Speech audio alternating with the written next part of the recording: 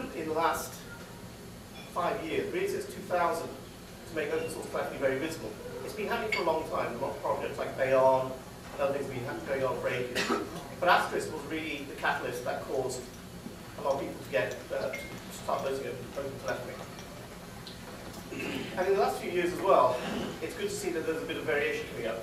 Projects like FreeSwitch are coming up, which are helping create a better gene pool by providing some competition. And in general, the space has been booming. The first AsciiCon, I think they expected literally 50 to 60 people, they got 500. And that gave an indication of how much interest there is in open source telephony or making telephony accessible. And this conference is cool because you've basically got literally, I think, 80% of the open source projects being represented here in the world, so that's pretty good. I'm not going to keep the waffling on about the, whatever. We might as well just get on with it now. And the first person I'd love to introduce is Nenad Korbik from Sangoma, who's going to talk about scalable enterprise media gateways. Nenad?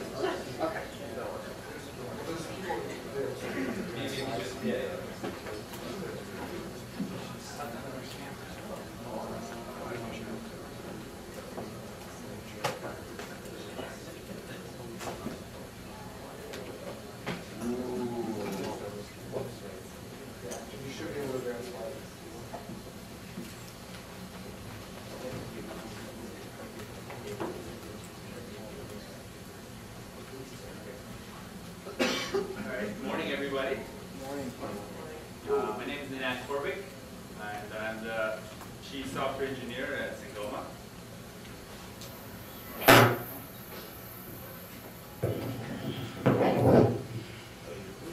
Test, test. Everybody hear me okay? All right. So today, we'll be speaking about extending the OpenPBX model, architecture for scalable enterprise media gateways. It's just a fancy title. For the last about 9 months, pretty much since last Cluecon, I have been working on 2 projects really. One was the TDM API, since Sangoma produces hardware. We developed, I guess you can say, our own Zaptel. And the second project was the SS7, asterisk SS7 functionality. So bringing the whole SS7 protocol into the asterisk and trying to make it work as well as it does with PRI. Now, an interesting thing happened when we started talking to our customers was SS7 is a different animal. You know, the PRIs usually constitute, average customer of ours has about 2 or 3 PRI lines, and that's fine for them. But when you deal with SS7, you usually start talking to telcos, big ISP providers, and they turn around and say, well, we want 20 E1 lines. And we're like, well, you can't put 20 E1 lines in a single machine.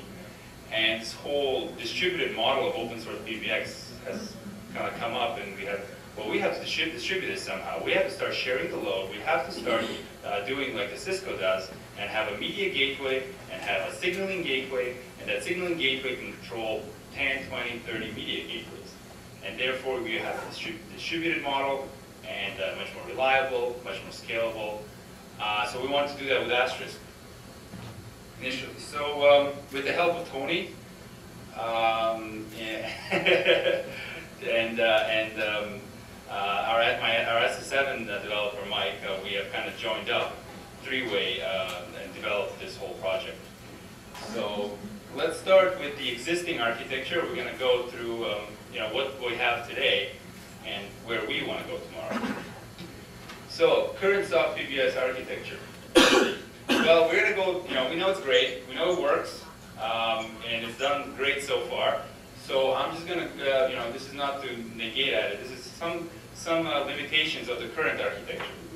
So we have a monolithic server architecture. So we have a single server. Pretty much we're stuck with it right now. We have TDM cards that sit in the server. We have Zaptel module.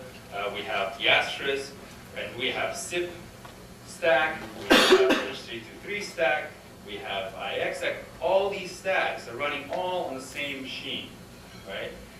And we have found that there's no way of right now separating all those components and running them on different machines for a high availability solution.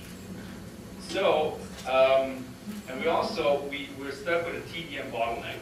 Now, I've been doing some optimizations for the SS7 architecture. What I've found is, if I use, let's say, a SIP to TDM, and I cut out that portion where TDM goes into the kernel into Zaptel, into all of that. If I cut that piece out and just feed that packets into empty null, dev null, something like that, I find that my system load just goes drastically down.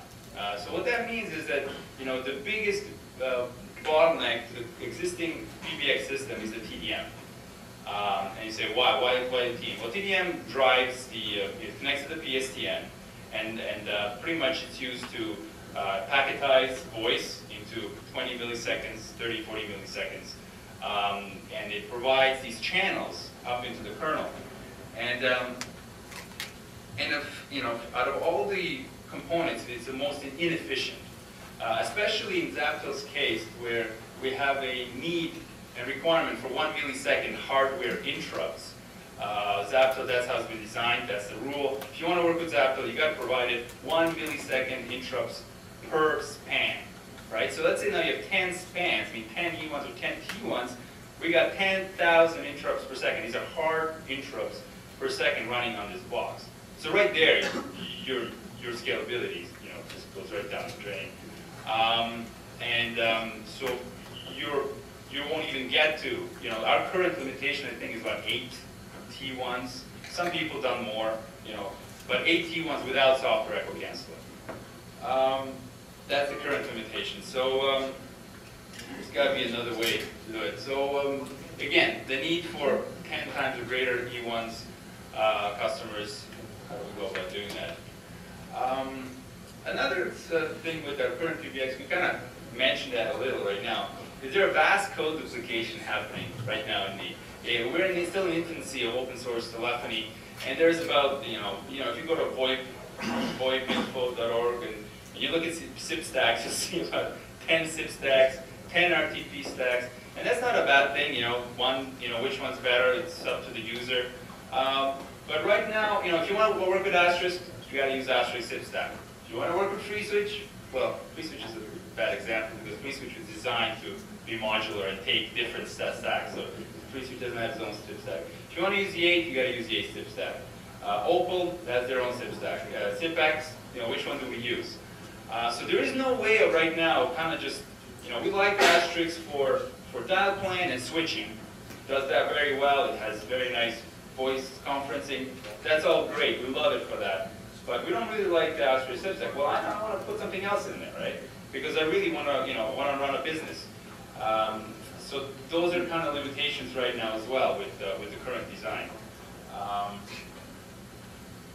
So that's okay. And to take that point even further, why should I get stuck with a single soft switch?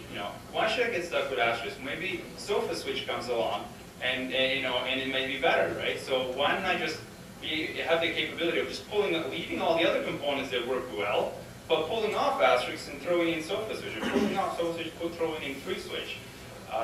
So make this, our attempt is to make a modular, a completely object-oriented style of an architecture where pretty much you can pull up, if you have an application or need to run certain soft, and you have a preference to a certain SIP stack, you can mix and match and try to make the best product in the end that you need for your customer.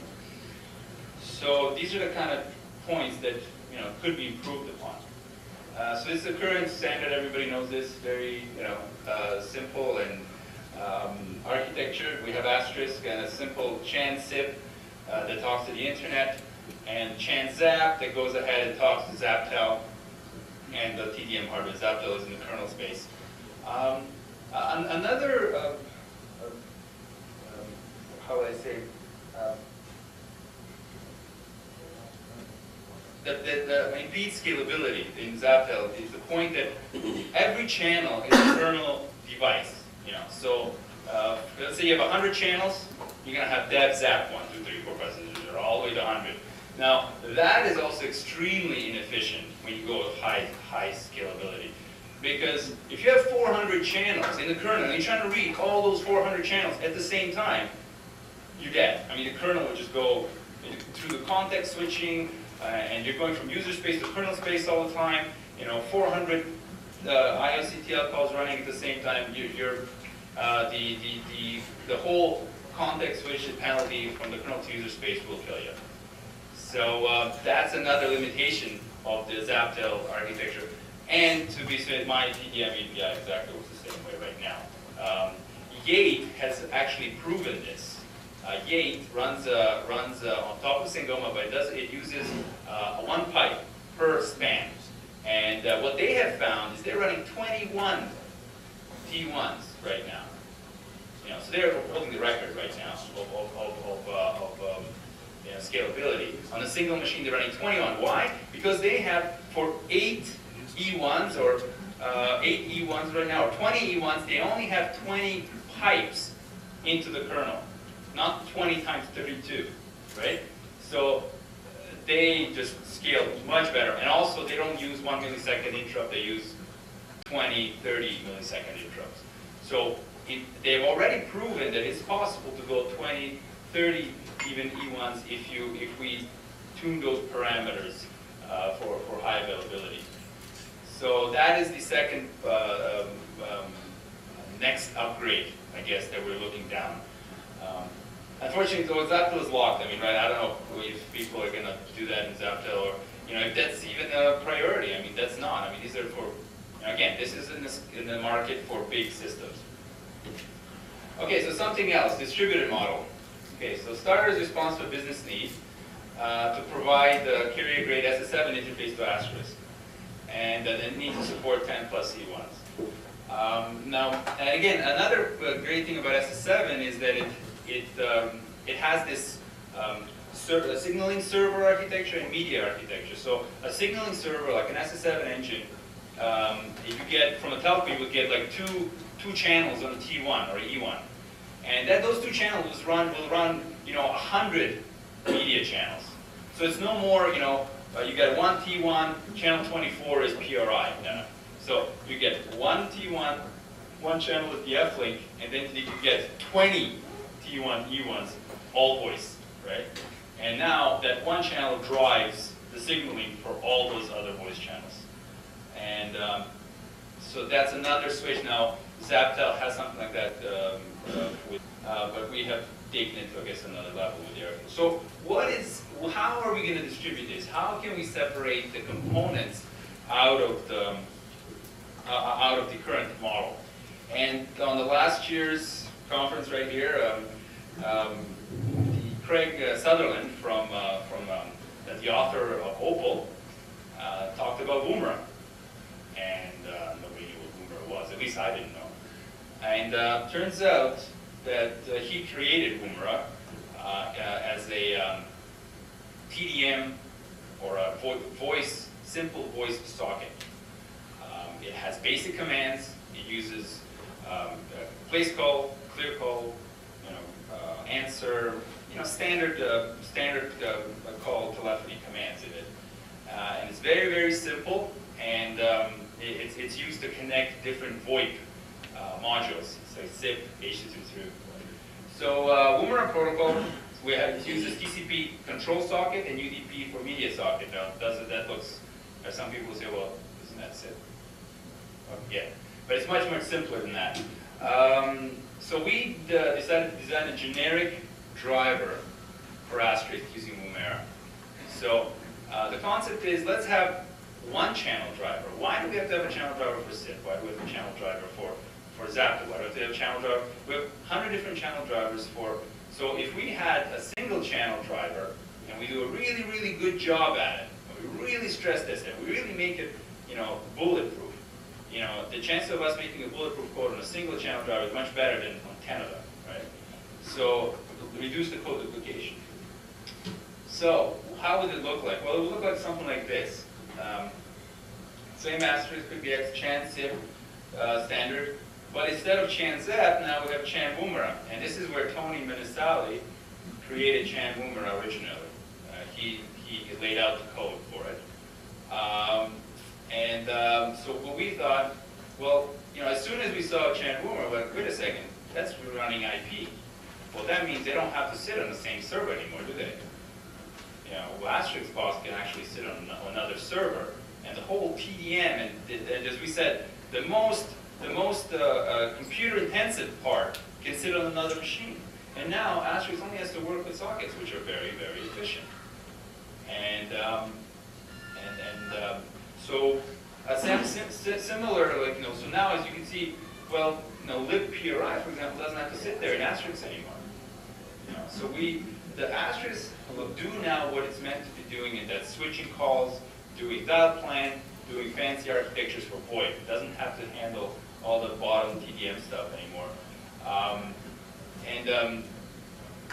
We have one channel driver. So for example, let's say a sample call, incoming call from SIP, Chan Woomera would place a TCP/IP connection, would say place call to the Woomera server on the other end, and the Woomera server will go ahead and place a call on the TDM and come back with a UDP media stream saying, here's the UDP media stream at this port and this address, here at and we negotiate, what milliseconds you want, 20 milliseconds, 20, 30 milliseconds. We can even negotiate a codec. If we have hardware codec like G729, we can right away give you G729. Right? So to us it made sense. So so this is what we came up with. Singoma Signal Media Gateway. We have taken optimizations on the kernel level, the TDM API, and we have also taken the optimizations in the user space level with the media gateway. So on the side you see Asterisk channel, Woomera, same thing. It's a Woomera driver that places TCP/IP control connections to the server. The server will accept the incoming call. It will go to a signal translator, and then the signal translator will pass the Woomera event, like place call, into the Asterisk, into the SS7, or a PRI. It depends. Now it doesn't matter anymore. That middle part stays the same. Doesn't matter if you're using SS7. Doesn't matter if you're using PRI. Doesn't matter if you're using AAL2 ATM to talk to your network. It doesn't matter what kind of signaling protocol you have. The middle layer always stays the same. At the bottom is the libsingoma, which is is just a library that just lets you use the open channels in the TDM API. So open channel, span one, chan one, and start getting media from it. A cool optimization we've done in TDM API was to no more 1 millisecond interrupt. It's configurable by the user. So when you open the channel, say, open a channel and give me 20 milliseconds. Open another channel, give me 10 milliseconds. Open another third channel, give me 30 milliseconds. And if give me hardware DTMF and hardware echo cancellation at the same time. So all those things are already doing it. So it automatically gets done. So and once that is negotiated, then the media stream goes through the UDP and into the asterisk. So from this architecture, we found that we've separated the asterisk as a switch, the media gateway, the component that does the media onto itself, and the signaling protocol onto itself. That way we can do each thing we can do well, and we can debug the channel driver, we can debug the media gateway once, and then reuse it on different architectures, and when tomorrow I want to use another signaling gateway, I can do it. Also, this architecture allows you to separate it into 3 different machines if you want it. So now, Asterisk runs on one machine, the signaling gateway can support up to, let's say, 20 T1s on one gateway, or multiple gateways, multiple machines, because, from Asterisk's point of view, all it sees is channels. It doesn't even know that they're on the same machine, other machine, or multiple machines. And the syntax is the same. Instead of dial zap, you do dial boomerang, and everything else is the same. So that is our current architecture. So here is the reusable boomerang. So what's the difference between this slide and this slide? Well, the only thing we changed is we added a Chan boomerang into free switch or sofa switch.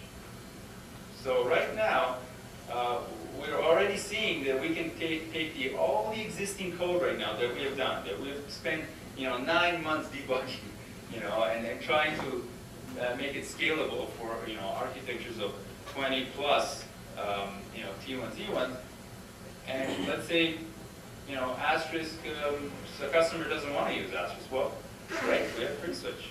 And the only thing we have to debug now in free switch is that little channel driver and make sure that that works as advertised, and everything else we know it works.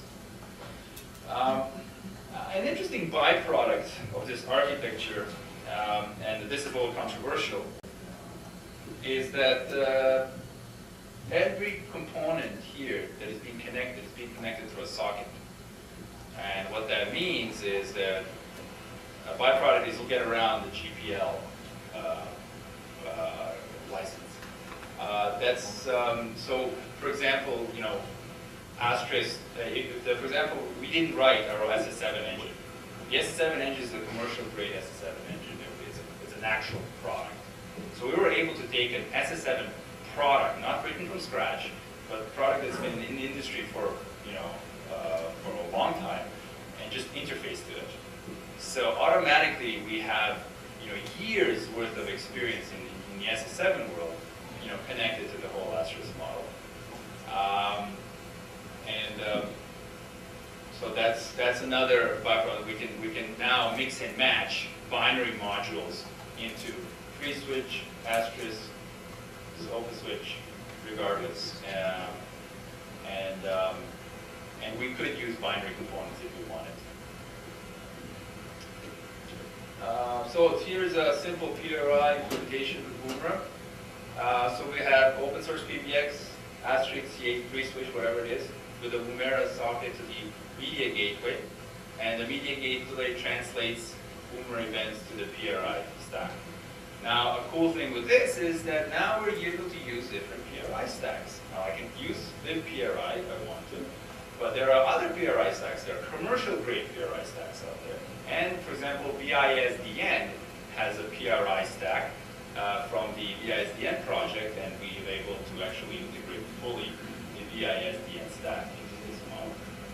So now we're able to go directly into a complete different architecture without Zapta. That's a 7-box implementation. Well, this is, same thing, asterisk again. As you can see, a lot of the picture stays the same. So it means no code duplication, reuse of the code. That's like fundamental. We have to reuse the code, otherwise we're not scalable. We're never going to get it done. Again, same thing. The signal media stays the same. The only difference is now we're connecting to the ISUP daemon and then to that 7-box. And each bit is extendable on different architectures. Okay, extending the. Here we go. So the question now is, well, what we have done now is we were able to change asterisk, we're able to change the free switch, we're able to use solar switch, we're able to do different switches with the existing TDM architecture without changing the TDM architecture. Well, why does this only have to do with TDM? What if there's this Opal sits out there? It's this amazing, amazing piece of code that has been used, like, a certain percentage, a high percentage of China Telecom uses Opal in their VoIP solutions. Craig has written code for US military using Opal. So if the Opal library is 10 years old and it's good for US military, well, do you think we should maybe try to use it? So we're saying, well, how would we easiest connect, let's say the Opal has a SIP stack, and we want to use an Opal SIP stack. So the point is, let's make another Woomera connection and connect our current soft switch to another channel point. Same thing goes for modem. Oh, sorry. Same thing. Which question? Which SIP stack should we use? SIP-X, Polar. So if one stack is better than the other, we should try to use it. Bottom line, that's the thing. So reusable Woomera building blocks. This is where we're going to, right? So we have the media gateway. We solved that solution. Other people can solve it for themselves. We solved our solution this way. So TDM is out of the picture. TDM is a block, and you can always use that block.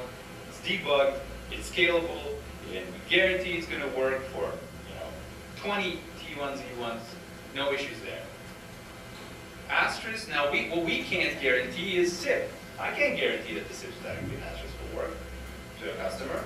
These S7 guys come in and say, well, yeah, I need you to guarantee me 250 calls concurrently, and then you cannot crash. I haven't touched the other code. I don't even know. I mean, I can't vouch for code that we didn't write or so. But I can ask Craig from Opal to vouch for his SIP stack and say, well, Craig is going to vouch for his SIP stack. I'm going to vouch for my media gateway, and the middle component, Tony is going to vouch for the free switch. And now we have a complete model where it's supported and supported and but on each end. So what we have done in this model, we have created a little Woomera server onto Opal, and now same channel driver that runs TDM actually runs SIP as well, and IDX, HTTP3. Now, somebody wants to run SIP Foundry. Well, it's another small addition to a Woomera server to add to put in front of the SIP-X router the SIP stack to interface SIP Foundry SIP into Asterisk or free switch or so on. And now again, we have this Lego model where we can pull each block in and out and pretty much have it in the architecture that we want. Just to give you an example of how far this has gone is one of my customers can't use Asterisk SIP stack. You just can't use it. So he's going Mediatrix box SIP, and then Mediatrix box does back-to-back PRI to Zaptel, and then goes into Asterisk, and then goes into the SSL. So they have jitter buffers now. So it's not a great solution, but it works for him right now. So this would actually avoid this whole concept of just PLI back to back, just use it. I'm flying through this. So future for open source. So we don't need to write up, to write from the ground up everything. You know, there are projects out there that you know, believe in writing everything from scratch. You know, everything must be right.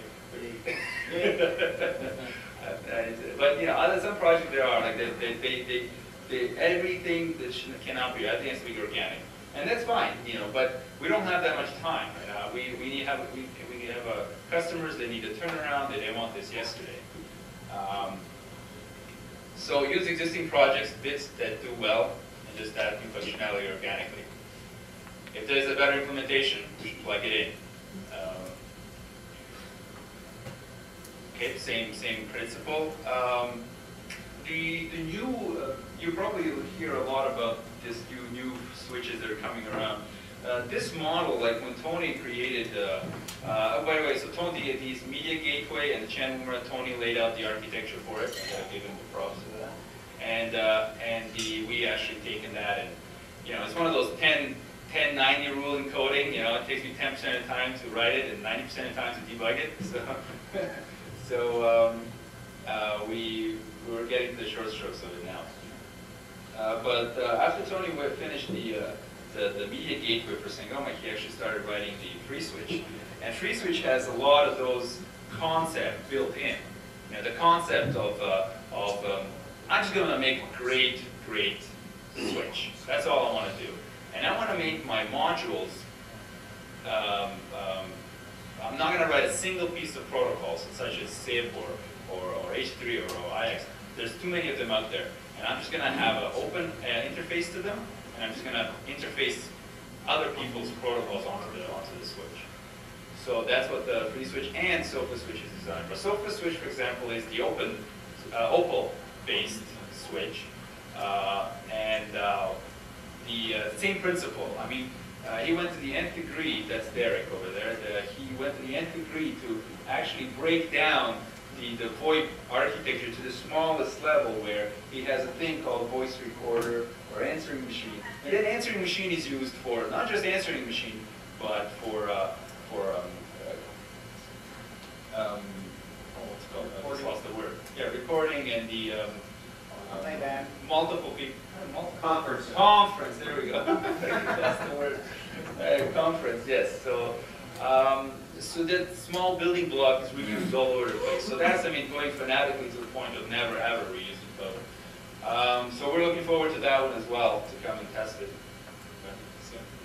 And another thing, with both of these projects, you know, what we're going to do is we're going to write our little channel Umra module and attach our whole stack to it. So right away, you know, we were starting off with code that's been tested, running, you know, and then the turnaround time for having these applications, the turnaround for having these, you know, finished applications debugged and ready to go is infinitely faster. And yeah, this is us, Sangoma, South Harbor. In the end, all our source is free. We don't sell any of that. This is what we sell. T1 cards. I guess that's the end of my presentation. I kind of screamed through that. Yeah. You didn't emphasize what you save on interrupts when you're doing 20 milliseconds, 10 milliseconds, 30 milliseconds instead of every 1 millisecond. Okay. You're actually saving interrupts doing that. Oh, absolutely. We're saving tenfold or 20-fold. Like a 95% improvement in performance. Oh yeah. From doing just that. I thought it was good. Okay. The point is, Brian, back. The whole, well, you know, it doesn't really matter. I mean, this model, you know, Zap was giving 1 millisecond interrupt for every span. So that means 1,000 interrupts per second per T1. So you have 10 T1s, that's 10,000 interrupts per second, hardware interrupts. Now, what we have done is, and it really doesn't make sense, because Asterisk, when that data goes to Asterisk, Zaptel gives it 20 milliseconds. So why do 1 millisecond at the bottom collect up to 20 and then give it to Asterisk. What's the point, right? They didn't do this for no reason. They're using software echo cancellation, and software echo cancellation really needs 1 millisecond packets to actually keep the software echo cancellation running. Now, due to both, DGM and Singoma, everybody's coming out with hardware echo cancelers, so software echo cancellation is kind of, hopefully dying out, and we're gonna just, lean on the hardware echo cancelling for now.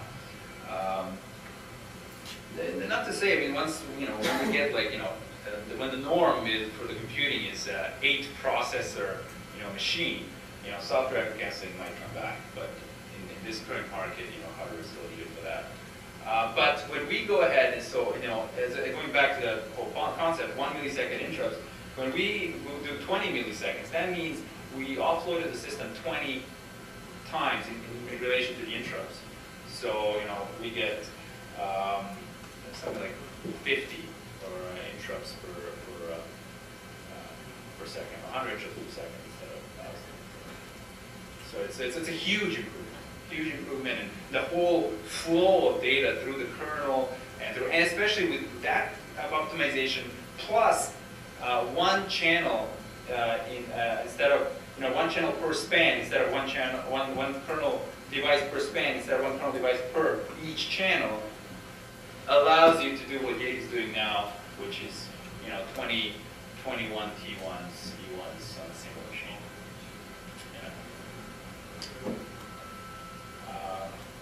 Questions?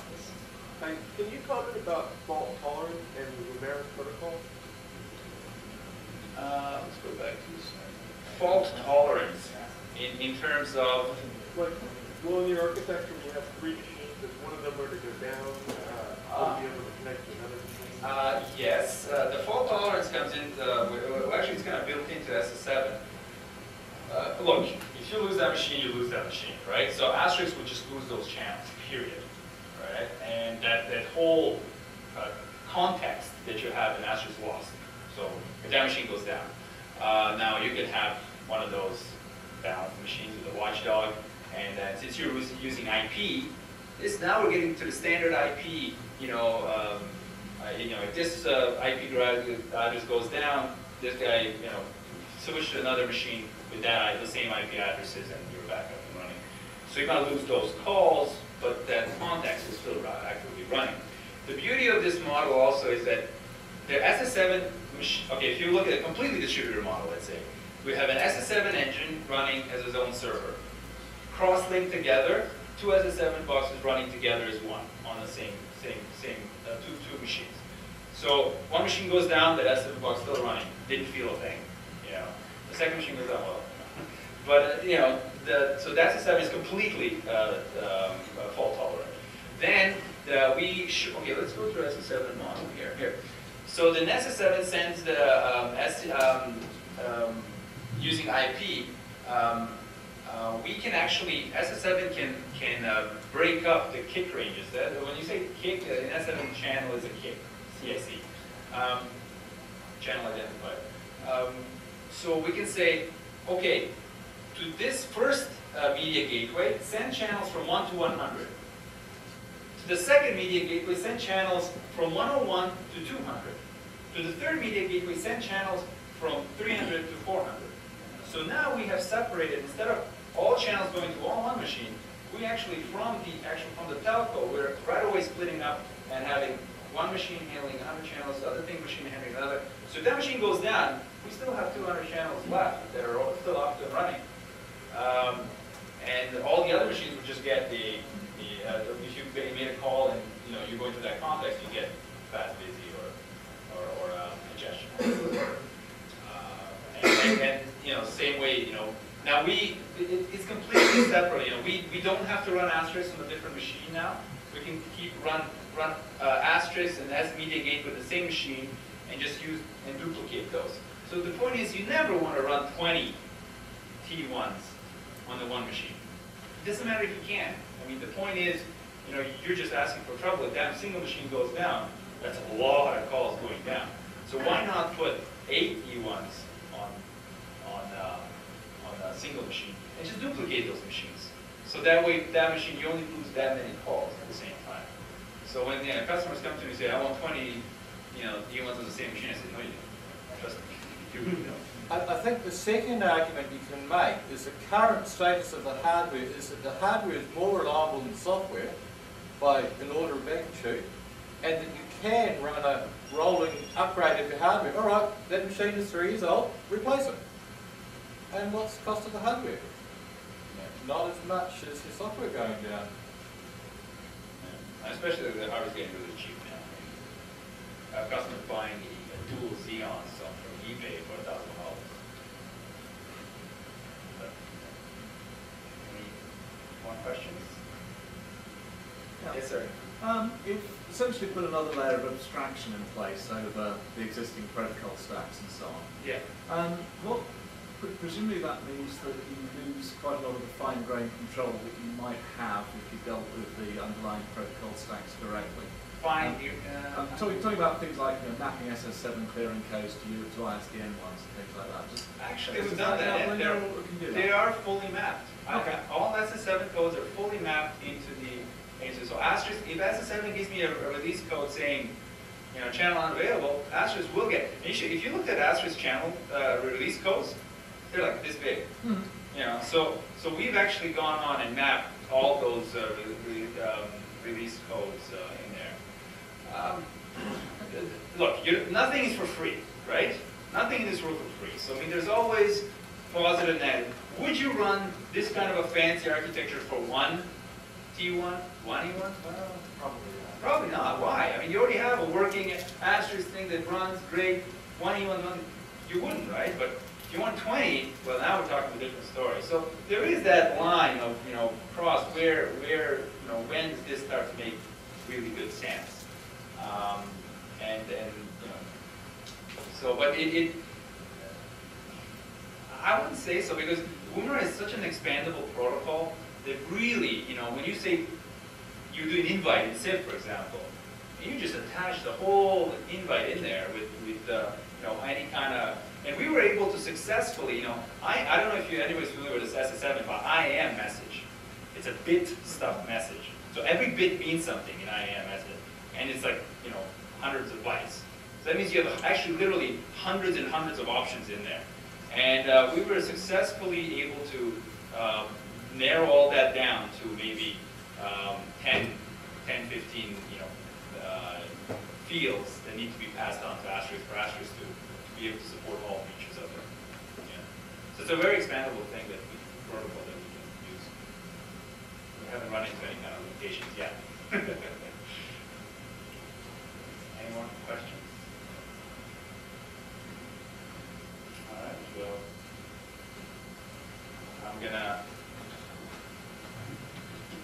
well, that's the end of my presentation then. Thank you very much for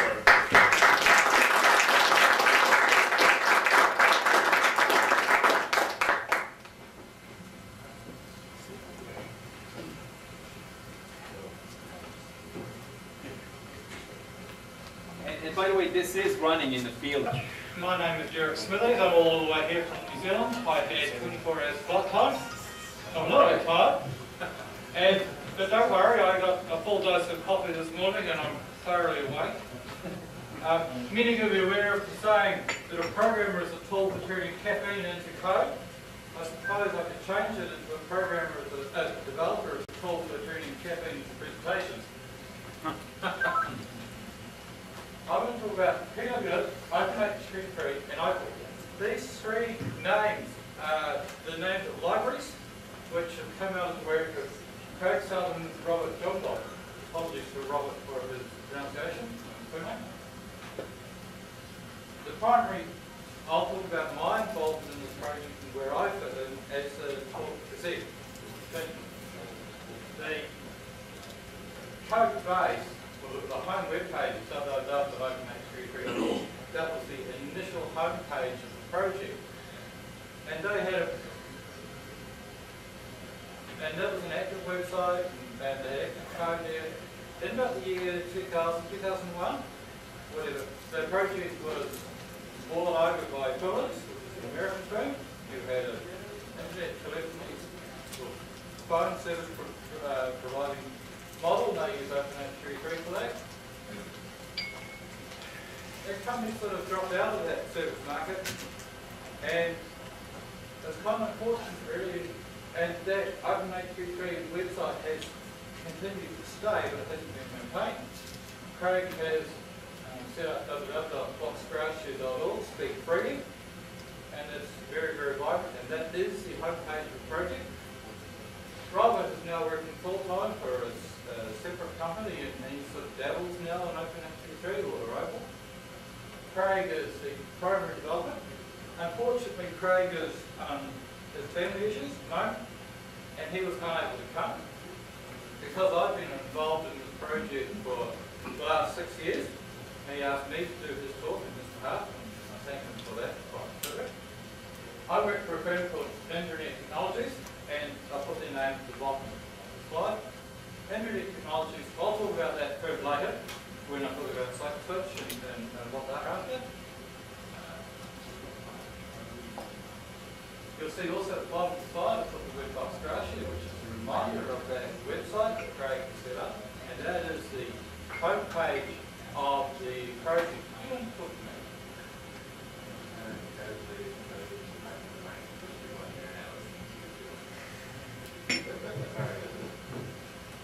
I apologise for that. Have a world audience of people in Europe who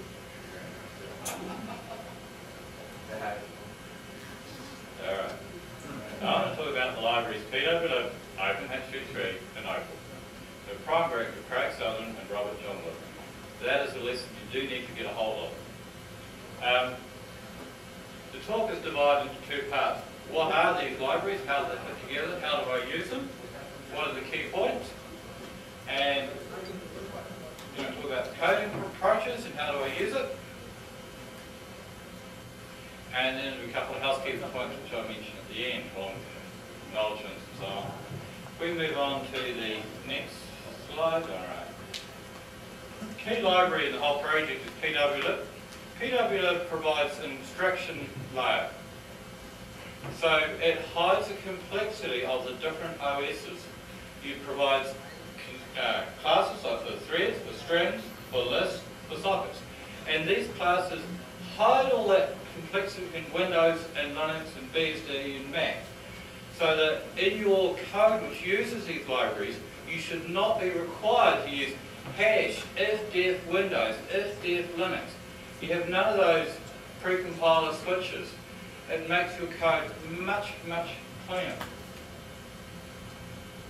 PWLib was started in the early 90s. Craig tells me that in those early days, you'd set it up to compile on your computer, and then you go to bed. You wake up in the morning, it was compiled. It took a long time to compile. It's got down to 10 minutes, 5 minutes, depending on the machine now. In the early days, the idea was that it would be a graphical library, and that's where the W comes from, the Windows in the name. And there were several efforts to make a cross-platform with graphical components. The Windows side of the graphical components worked okay, but that can't get the fonts through a bit of an issue. The Linux side really didn't.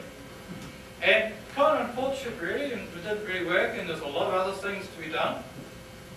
And then along came projects like WX Widgets, Qt, and they did the graphical stuff just fine.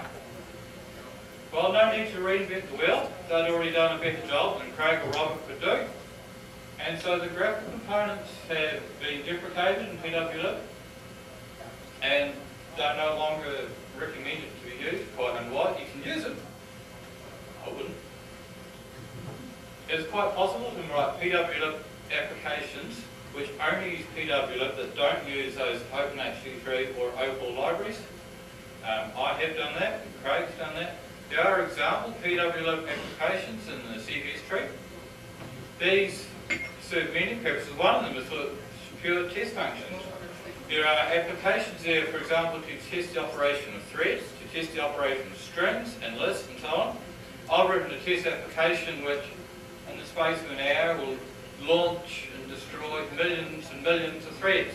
Lovely little application. A boss takes them. He got over it. The quad Xeon we have at work was sort of a bit slow there. It's good for it.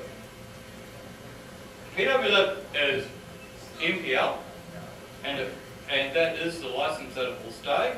It will not be changed because the library has contributions from many people from different places. It's going to be quite hard to change the license to anything else. That is, I guess, the primary reason why it was chosen to be MPL was it was a simple and clear library that could be used by commercial applications, because at the end of the day, money has been made from this code. You put thousands of hours of work into developing it, you want to be able to get some benefit from your work. As I said, PWLib was started in the early 90s. It's remained stable and it's growing at a gradual rate. That's, I guess, the nature of libraries. It just increases in size. Alright, return key doesn't work. Down arrow. We can go to the next slide, please. And I want to talk on the next slide about OpenH33. OpenH33 is an open source library which implements the H323 VoIP protocol. It had its genesis in the late 90s. Craig and I were sitting down there one day and they said, you know, there's this net meeting out there, but wouldn't it be really cool to do an open source H323 case? Yeah, sure. Won't be hard, they said. Let's go ahead and do it. Well, they went ahead and did it. It was a bit harder than they thought. Doesn't matter. In the year 2000, I came along and joined the project, and I added video to it. I copied code from the Vic project, and that's been very, very good code. It's worked, it's done video just fine.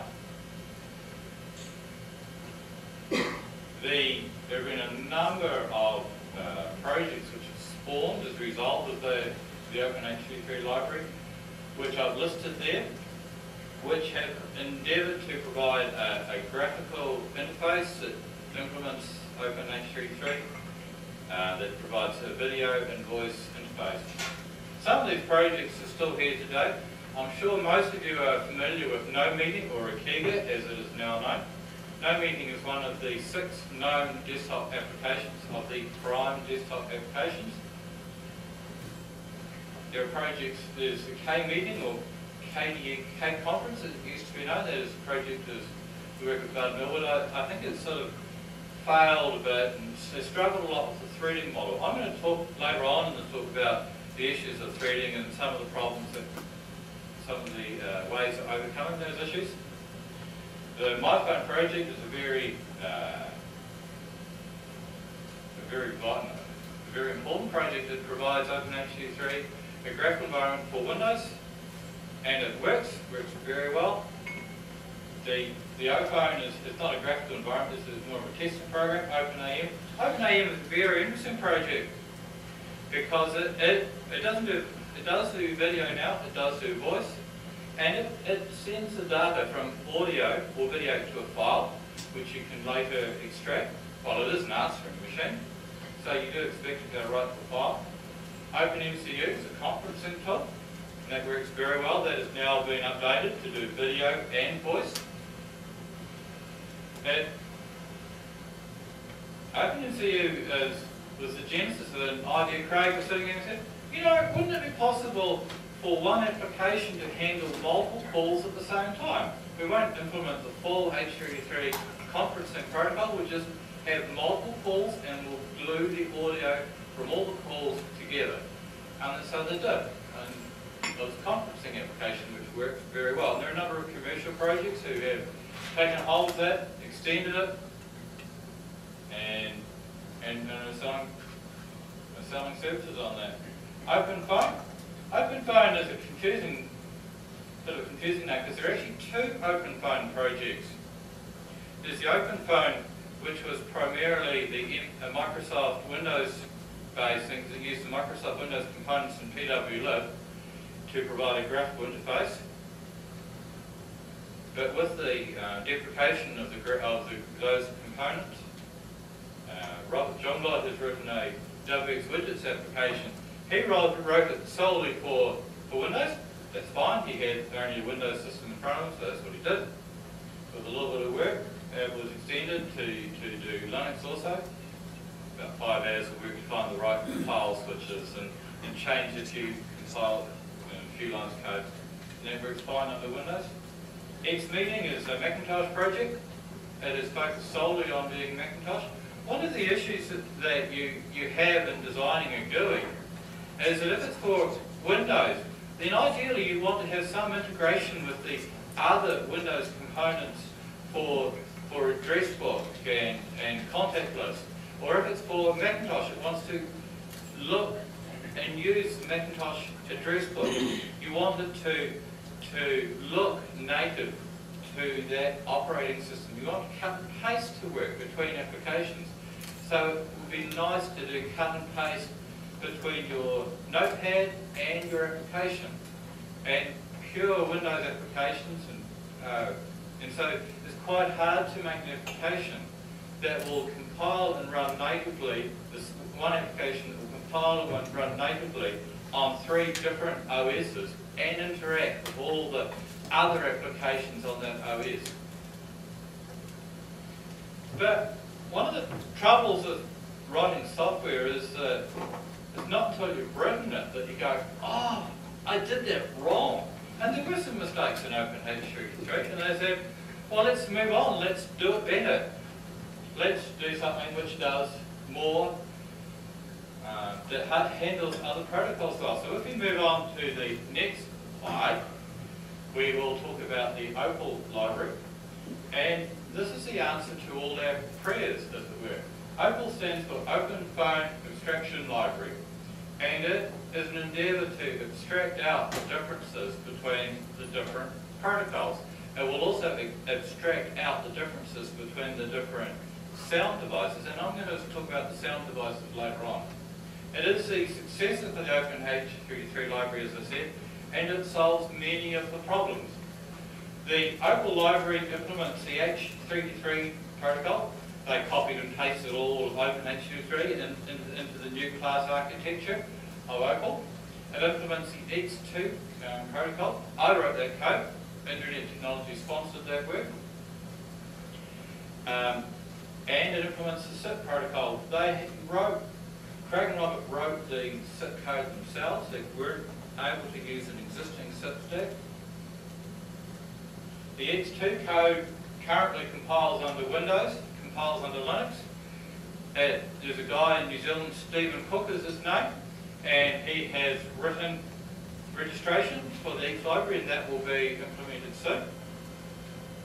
As Opal is built on top of PWLib, it is cross-platform by definition, so thus Opal will go on Macintosh, Windows, Linux, BSD. Opal is used in commercial products, and that is where me, Craig Southern, makes most of the living from. I make some income from commercial products. And so things like stability are kind of important to us, and we've achieved that. If we move on to the next slide, I will talk about the issues involved in Opal.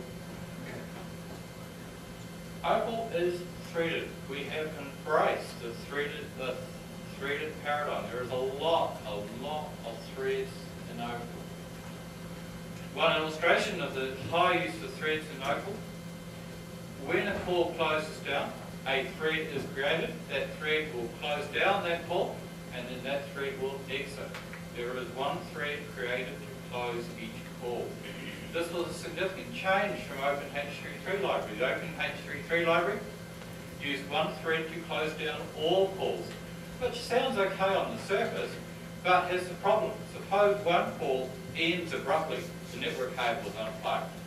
Then all other calls that close down at the same time can't close down because that one thread is stuck closing down that bogus call earlier on.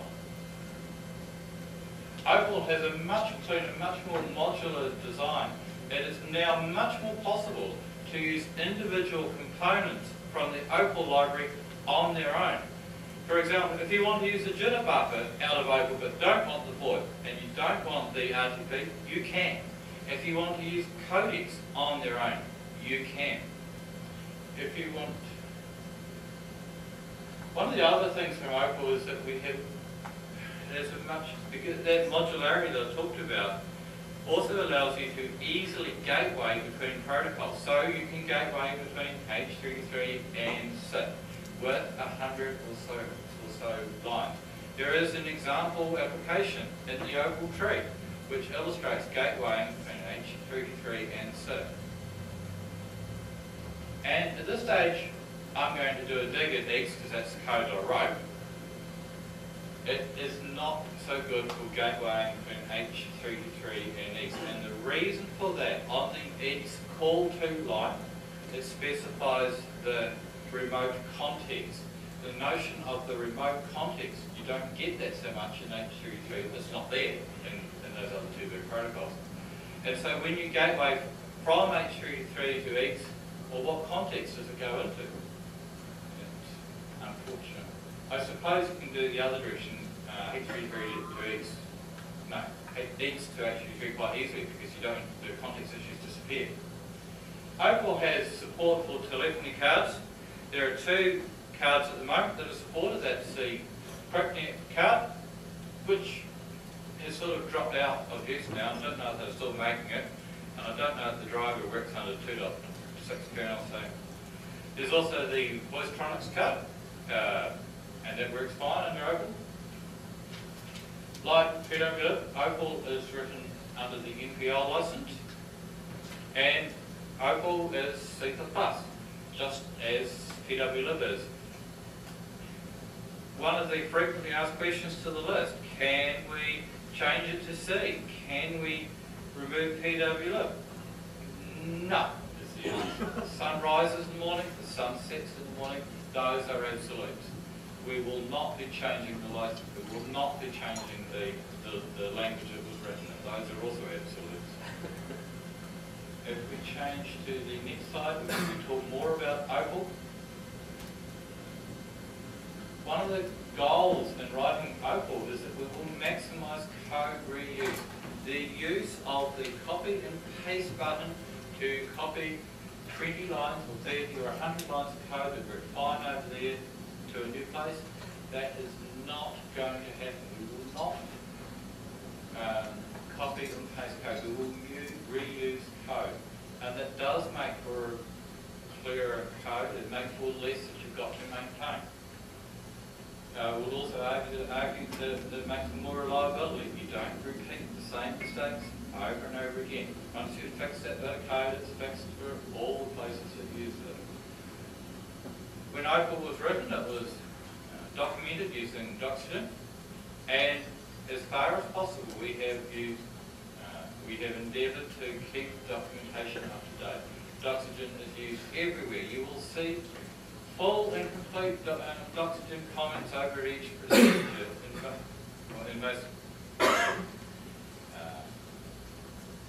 I have seen in other projects examples of here a function which calls and the name is set buffer depth, that's the name of the function, and the Doxygen comment is adjust the buffer depth to desired value. We try to avoid such misleading Doxygen comments.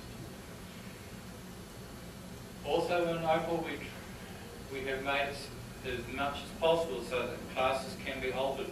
By that I mean that there are callbacks to the main application where the main application can adjust the operation of those internal classes to Opal. So you can create descendants of them. This is one of the advantages of using a C++ over C. It's possible to provide descendant classes so that additional functionality and the operation of classes can be changed. As I said before, Opal is in C++, and Robert has encouraged us and pushed us into using all the features of C++. There is a lot of use of inheritance. We use a lot of macros. We're starting to use templates from the standard template library now.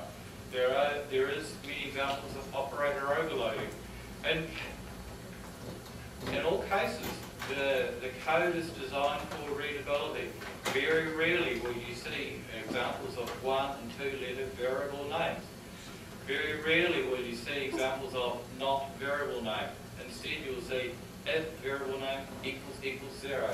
Full English text. I'm dumbfounded by the people that prefer the use of exclamation or bang variable name in preference to variable name equals 0. The compiler can resolve those things. The compiler will make good code out if it's a good compiler. If it's a bad compiler, well, you're dead in the water. So the code is designed to be readable. But on the next slide,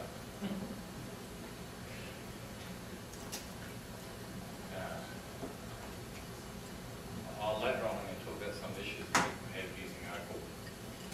As I said, I was a bit tired, I've forgotten who we were up to. What has the last year brought? The SIP stack in Opal has been gradually improved and good. Upon Damien Sanders of the Kiga or Note Making Project has made great contributions there.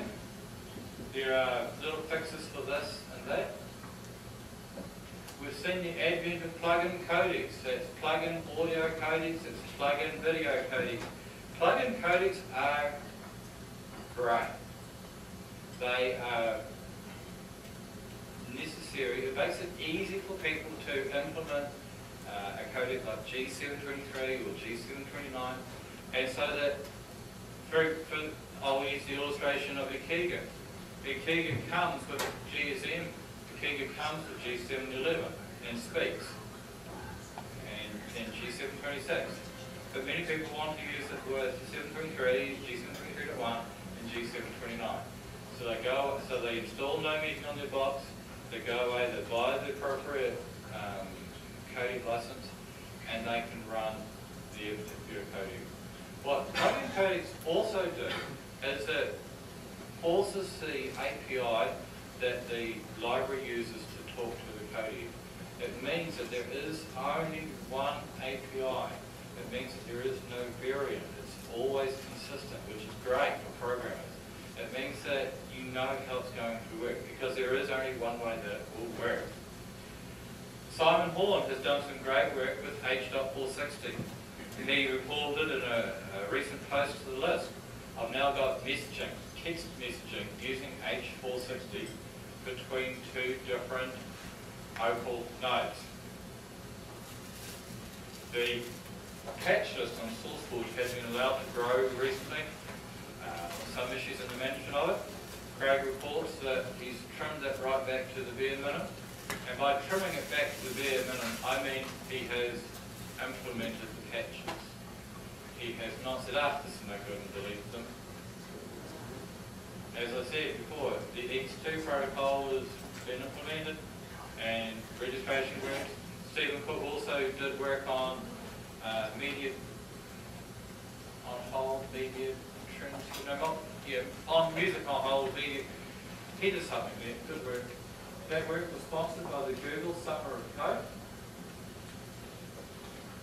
What is it next year on the next slide? Tell us about. I can tell you in a minute. The next year, one of the big things I think is going to come is stability and performance.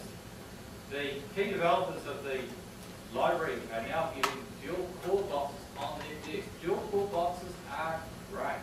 If you have thread issues, then dual core box will find it for you in no time flat. We have had 1 or 2 bugs here in PWLib. The frequency of bugs in PWLib, you might get 1 every 3 or 4 months, and they take weeks and weeks to get fine. But if you were to draw a graph of the rate of occurrence of bugs, that is dropping as time has gone by. It's not been a flat line of 10 bugs per month every month for 10 more bugs. That is 10 bugs per year, 9 bugs, 8 bugs, the frequency has dropped. We are deprecating the OpenH33 library. It has an architecture which is not as good as it could be, and it minimises the work for the maintainers. There is only one library to maintain, and we're trying to focus endeavours on the Opal library. GUI applications which use Opal, which have actually switched from OpenHTTP to Opal. The Kega or No Meaning has moved to Opal. Xmeeting, which is the Macintosh client, has moved to Opal. OpenPhone, which is the WWidgets client, has moved to Opal. And so Opal is the library of choice. We will continue on the 1 to 6 month release cycle. What do I mean by 1 to 6 months? Snapshot releases on a frequent basis, on every 1 month or so. Full releases on every 3 months to 6 months. The release cycle is in part dependent on finding major bugs, which doesn't really happen, or on adding new functionality. So when plugin codecs are fully implemented, you get a release, major release.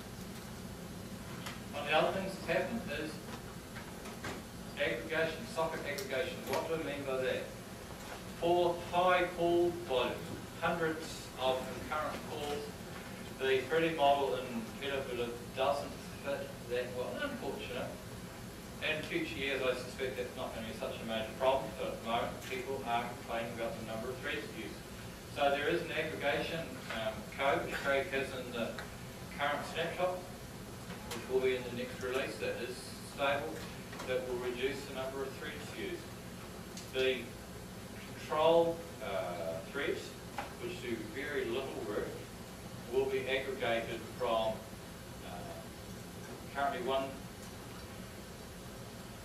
so that one thread will manage 5 concurrent control circuits as opposed to 1 core.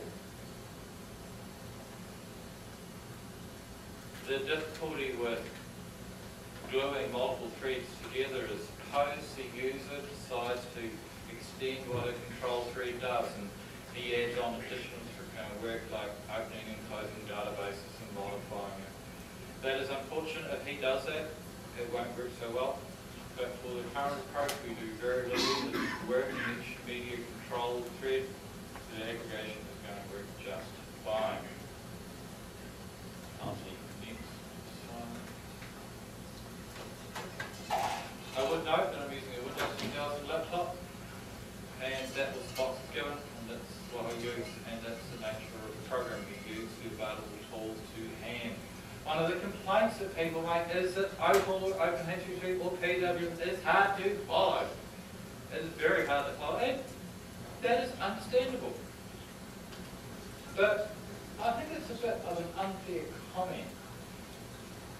People who make that complaint, you look closer and you see that they are C programmers, and they're trying to understand A, C++, B, understanding a highly threaded application which they're not used to.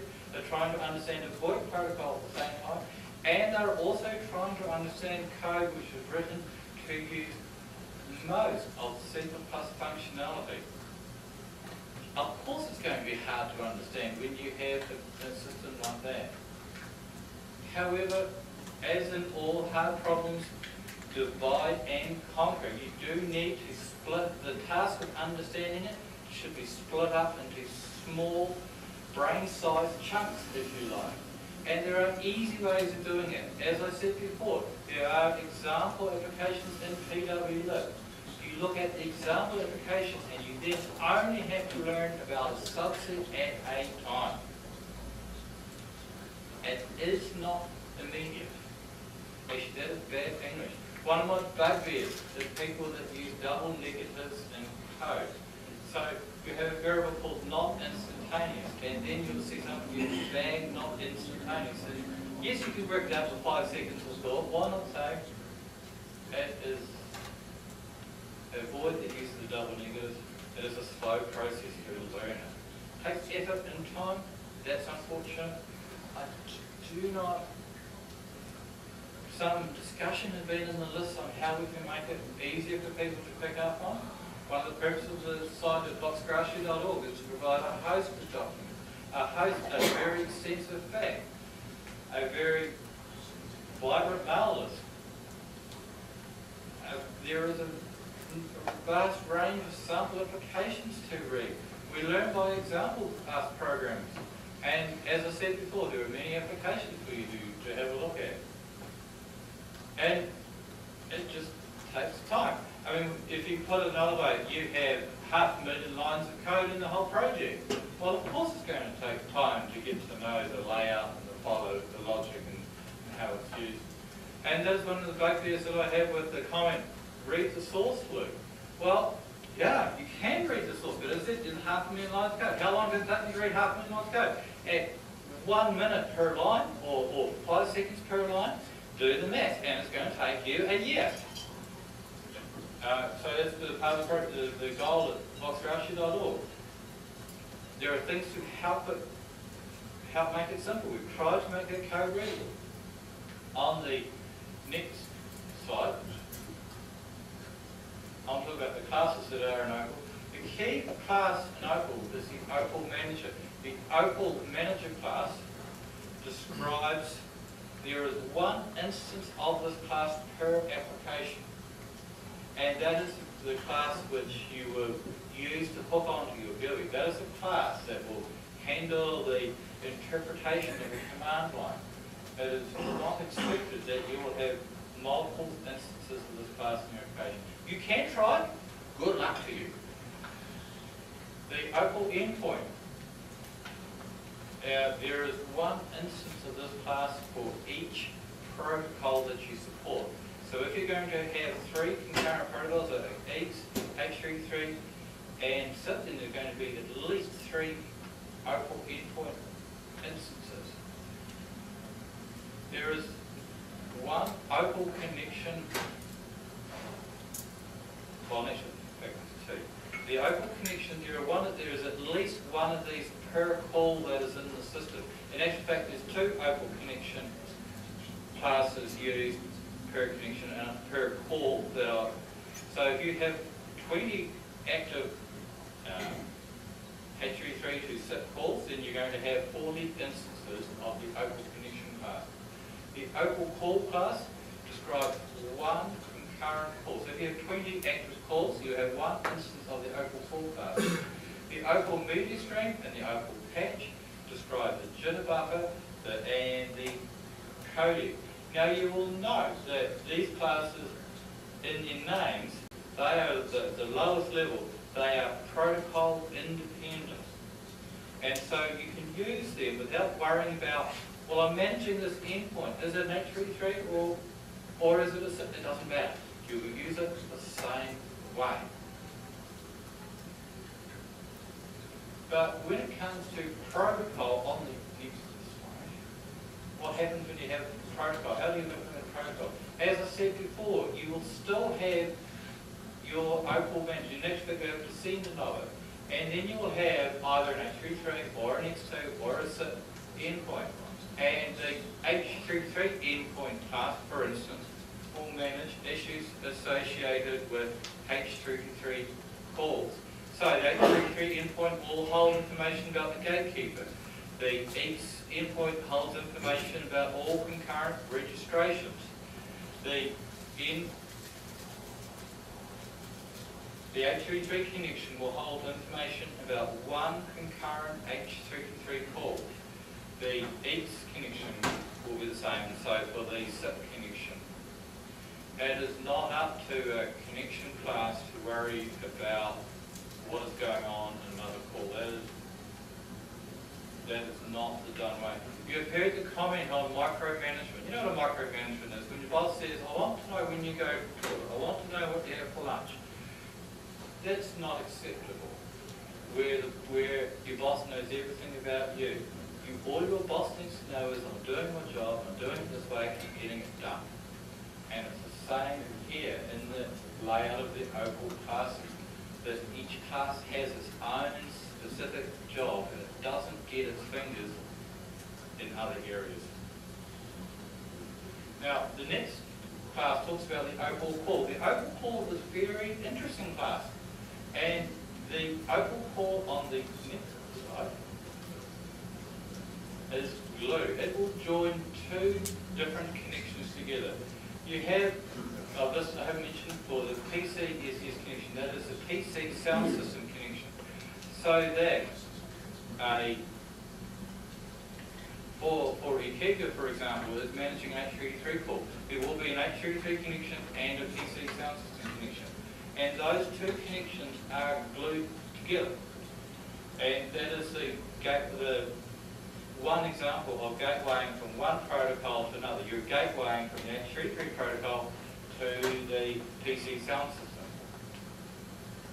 Equivalently, you could do gateway between an H33 connection and a SIP connection.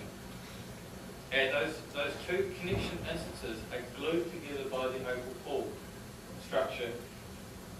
One of the hopes of the open pool structure was that it could be used to do conferencing, so that you could join 5 H33 connection classes together, and you would have an audio conference, or you could join 3 H33 connections and a couple of SIP connections and a couple of PC sound system connections, so that you could have H33 call coming in, the SIP calls coming in, and listen to it on that machine via the speaker, and everyone has conference. That's I don't know where that idea will get to, but I don't think my personal view is that the conferencing like that will not be implemented. But it's important to recognise that the open call structure is used as the gateway between two different connections, and that each call always consists of 2 connections. One of perhaps a VoIP connection, a VoIP protocol, and a sound system, or maybe 2 VoIP connections, and that is your gateway. On the next slide. I'm going to start shifting the focus and talk to how do I write an OPAL application. Many people have tried to write OPAL applications, some successfully, some not. The reality is that it's very standard, it's a very, very simple approach. You can read the documentation and spend a year reading all the source code. Or what you can do is find an example application and copy it.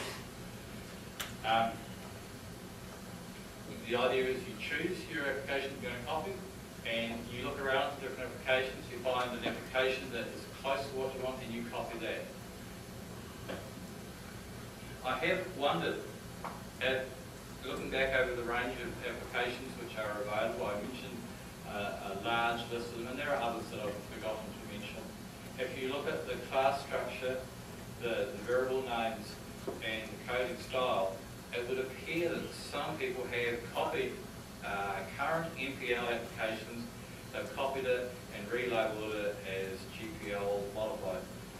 Part of me feels that's a bit unfortunate, but the other part of me is, great, that's another user of the library. And for every additional user we have of the library, there is a chance that there is yet another person who is going to contribute back to the project. So that's great. Just have more people. Let's not get too excited about the licenses.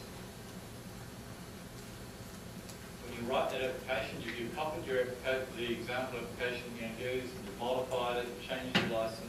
The issues you're going to face are described on the next slide, please. So the first thing you're going to do, you take that application and you've got to override the OPAL manager. You've got to override the OPAL manager to provide your new class, which will handle your user interface, will handle your desired, that will handle your graphical environment, that will handle your command line. You're going to override the various on whatever, on connection established, on incoming call, on connection cleared. And so you can do the things that you require. As I said, you'll provide a new user interface, either by extending the OPAL manager class or whatever. After you're creating your manager, on the next slide, you need to discuss the make process. How do I build this project? Again, it's the copy someone else's idea approach. It's the best way to work out how to do it. There are, essentially, if you're going to build a GPK-based or a Linux application, you've got to extend the include path to specify the location of the PWLib and the OPAL include directories. You've got to extend the library path to specify the OPAL library and the PWLib library, both those libraries are required. It is important to use matching versions of those libraries. If you try to use an old version of PWLib with a new version of OPAL, you will have no success. Many people have tried this in the past and it's verified that it does not work. Some people have suggested in the past, well, why don't you merge PWLib and OPAL into the same library? Well, no. That is not going to work, because there are people who are using PWLib on its own and don't want the VoIP code in it. So the PWLib and Opal libraries will be separate from now until time finishes. On the next slide. Okay, one of the things you'll experience when you write your application is that you discover, you've copied your sample application, and you discover that the call to main, that very important function, has disappeared. Where is it? And it indeed is hidden inside the class P process. And why do we do such a thing? There are various static variables inside the Opal library that need to be initialized before the application starts running. If we hide the call to main inside P process, then we can guarantee that those static variables are initialized before the application starts running. There are things like memory management. Opal or PWLib provides the full memory management interface, and so you can do memory checking with Opal. And that works reasonably well, as much as any memory leak testing tool works. It slows the thing down, but it does sort of work. Logging can be set up that way. There are several examples of how you can get around that. Hiding of the call to main, no meeting or a key or want have to have that main to make GTK work, or whatever you want. There are ways around it. And I've listed 3 places there where people have shown how to get around it. On the next slide. A common complaint is that PWLib and Opal use too many threads. This is an interesting argument, and it keeps popping up, and I would like to spend time this morning talking about that. The notion in PWLib that's used is 1 thread per socket. Let us make it simple. Each thread does a little bit of work, each thread manages 1 socket. The alternative approach is to use a great big select statement with 20,000 sockets or whatever, and 1 thread has to, alright, do a select, what's busy, act on it, jump back to that select statement, find out what's next required, act on it, and so on. To me, that is duplicating work the kernel does. The kernel will do that for me quite happily. The kernel was written by people who have access to far more information on what's going on. The kernel has access to information on all parts of the operating system. The kernel knows far more information than I know. Therefore, the kernel is in a far better position to decide what should work and what should not work. So let the kernel decide. I don't want to duplicate the work of the kernel. The notion of using many threads does scale well. It copes well when people extend the operation of 1 thread. I will use the example of X2 and asterisk. It was one that I was familiar with in writing X. Initially, the X code written, and the notion with 1 thread does everything, and that worked quite well. And then time went by, the X protocol was extended, and they made it do more things, and then they set it up such that X was asked to register with the database. Well, that was kind of unfortunate because it meant that on registering with the database, because you have lots of current calls active, there was a minor popping sound that everyone heard when they were making an X call, because the X thread that processed all the incoming calls had to stop for quite a while, talk to the database and come back. That held up all calls. Well, if they had started, so they've now had to bodge in, or patch in, or match in, or however you want to describe it, they've had to add in another thread to do that registration. And the code has suffered. The clarity has dropped away. If they had, from the start, used lots of threads, it would have been much clearer, and they wouldn't have had that issue.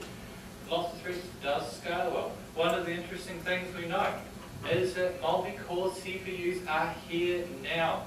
I have just got on my desk at home a 64-bit AMD box with 4200, and it is dual core. Oh, I'm so delighted. But, and of course I had to celebrate. But my boss was talking about it, and he says, well, we could have got you an AMD 4100, which is a single core, but it would have been the same price. The dual core AMD and the single core AMD were the same price. Yet my dual core box is twice. I don't care. Multi-core boxes are here now.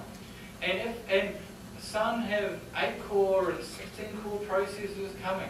If you look at the raw throughput of a single core processor, you will see that the gigahertz rate is not increasing according to Moore's law. What is increasing is the number of transistors on the chip. Going to multi-core CPUs is where the performance gain is going to be, in my view, in the next few years. And a multi-core CPU does well with lots of threads. A frequent argument about threads and why they're bad is that switching times are long. Most of you are aware of the program Mythbusters on TV.